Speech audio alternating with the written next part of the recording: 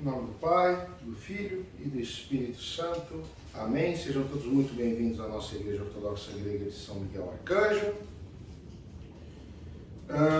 Hoje, quinto domingo após Pentecostes, nós estamos comemorando por economia o São Gabriel, Arcanjo. Estamos também em Santo Elias, grandes figuras emblemáticas da nossa fé cristã. Santo Elias, vocês lembram? É aquele que subiu aos céus, foi arrebatado numa carruagem de fogo, né? Os gregos têm grande devoção com Santo Elias, ele é muito venerado, e quem tiver curiosidade vale a pena ler a história dele, ele é extremamente edificante. Falar do Arcanjo Gabriel, todo mundo sabe que é aquele aqui das portas, é este, o Gabriel, que deu a boa nova. Foi ele que falou para Nossa Senhora que ela ia ser a mãe do Verbo encarnado. Então, é a Anunciação. Muito bem. Vamos ao Evangelho, vamos à Epístola e vamos aos últimos acontecimentos desta semana que, para nós cristãos, foi deplorável, mas esperado. Muito bem. Hoje, a Carla leu para nós que aquele que confessa com a sua boca que o Senhor Jesus Cristo é o seu Deus, é o seu Senhor e é o único Senhor, ele tem as portas do paraíso abertas. Ele vai conseguir a salvação. Hoje eu vinha no caminho com a minha mãe para a igreja e ela disse para mim algo que é uma verdade, mas também tem a ver com o livre-arbítrio. Nós vimos uma grande turma de bicicleta vindo numa avenida e nós pensamos assim: por que essas pessoas não estão na igreja? Afinal de contas, hoje é o dia do Senhor. E eu respondi para ela: é o livre-arbítrio de cada um de nós. Uns procuram a salvação, uns procuram o prazer eterno, a alegria eterna, a esperança da vida eterna, e outros se preocupam com essa vida, com o mundo, com as coisas materiais e tudo mais. Triste, mas é a realidade deste mundo. E aí vocês veem que o diabo, ele trabalha o tempo todo.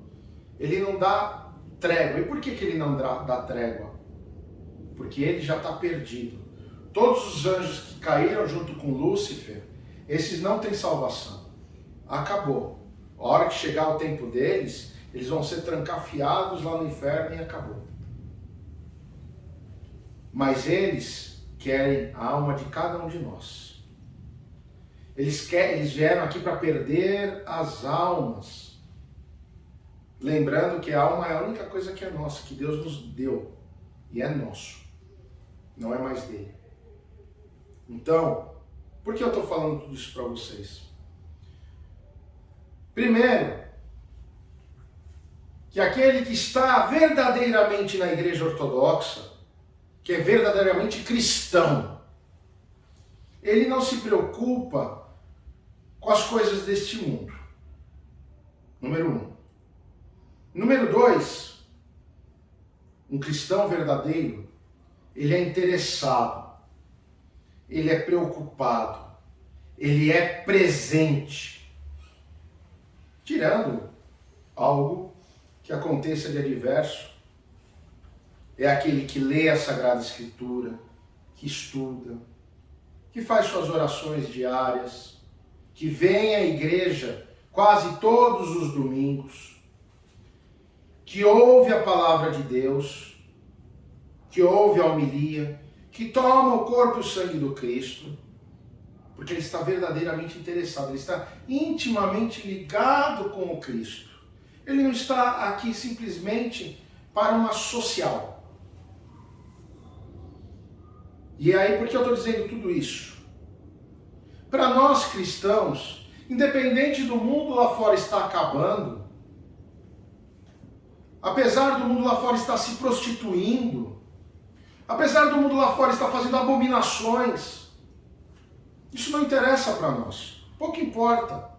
Aqueles que entrarem por aquela porta e quiserem a salvação serão bem recebidos. Mas aqueles que por sua vontade e livre-arbítrio quiserem continuar no mundão, que fique. Não faz diferença para nós. E por que não faz diferença? Aí vocês vão dizer, nossa, mas o senhor é frio. Porque não.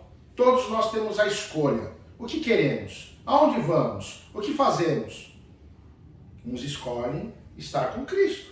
E outros escolhem estar com o diabo, estarem com o mundo, estarem com as paixões da carne, estarem com as suas próprias paixões. E acabou. E Deus permite. Só que eles vão ter, cada um de nós vai responder no temível tribunal de Cristo.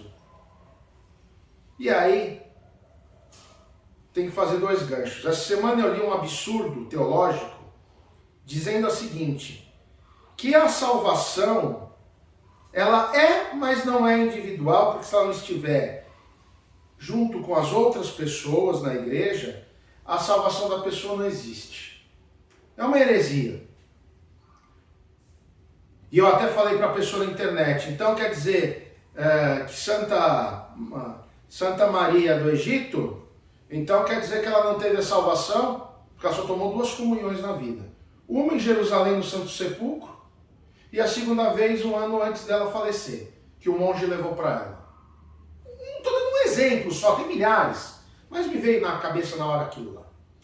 Então, a nossa salvação é individual, intransferível, unitária.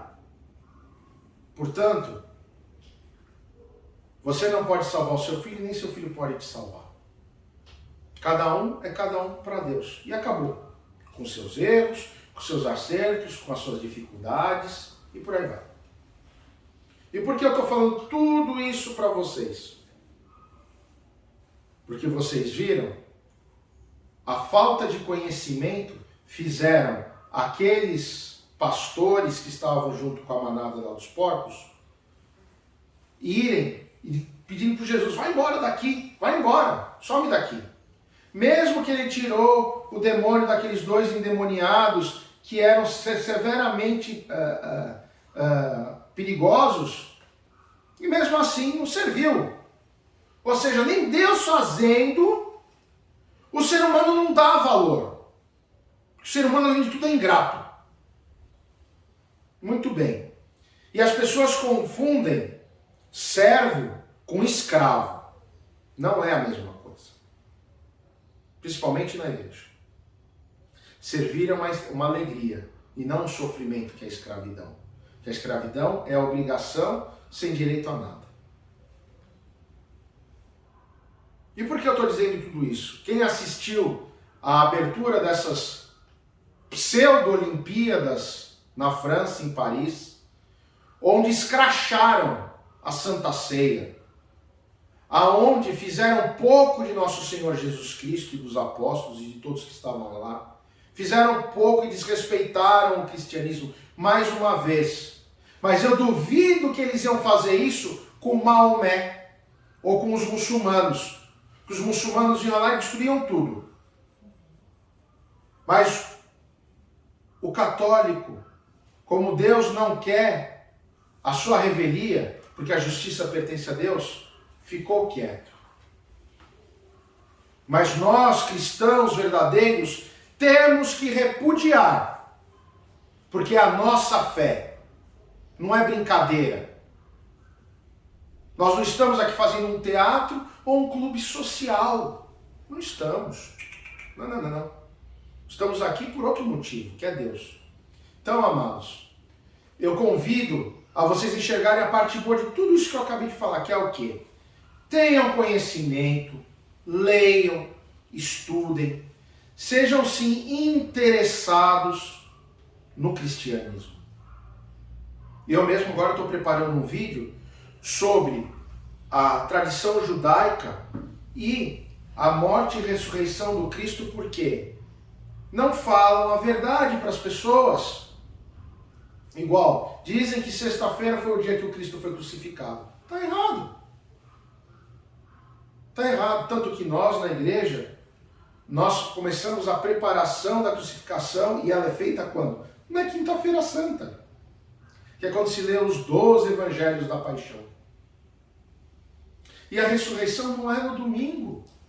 A ressurreição começa no sábado, de manhã, que é a abertura do túmulo.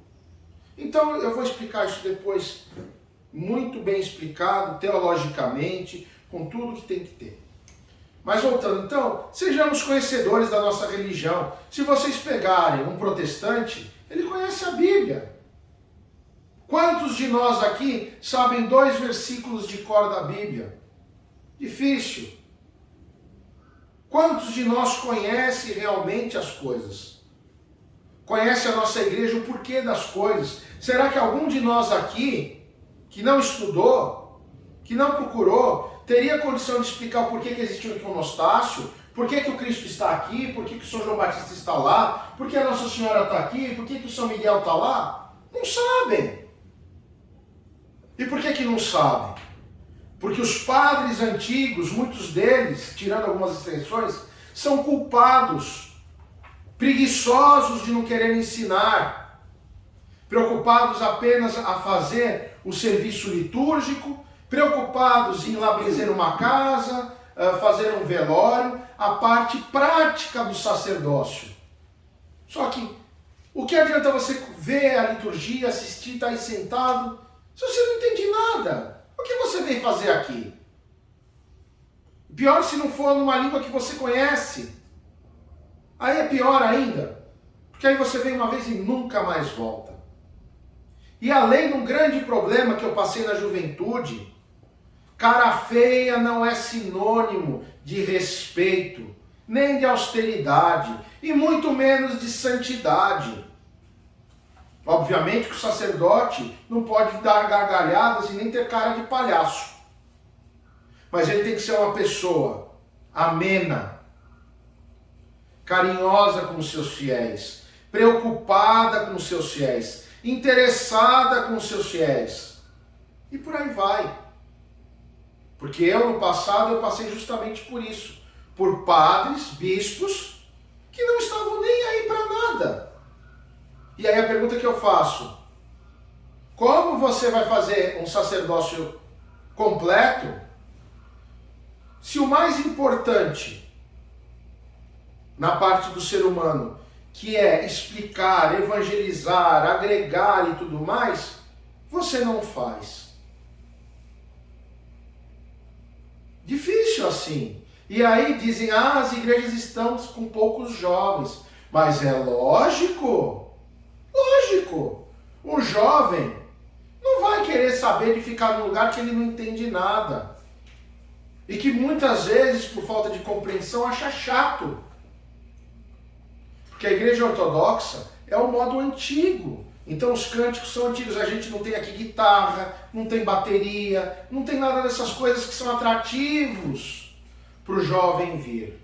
Ontem eu conversava com uma pessoa que está se convertendo à ortodoxia, e aí ela falou que ela era evangélica, e ela disse que o que ela gostava na igreja evangélica era o louvor deles lá. A banda era muito boa, o coral era muito bom, e por aí vai. Então, amados, a igreja ortodoxa tem lindos corais. Só que a gente precisa traduzir para o português. Não adianta nós cantarmos em eslavo, em grego, em romeno, em árabe ou qualquer outra língua. Nós estamos no Brasil. Vamos cantar em português.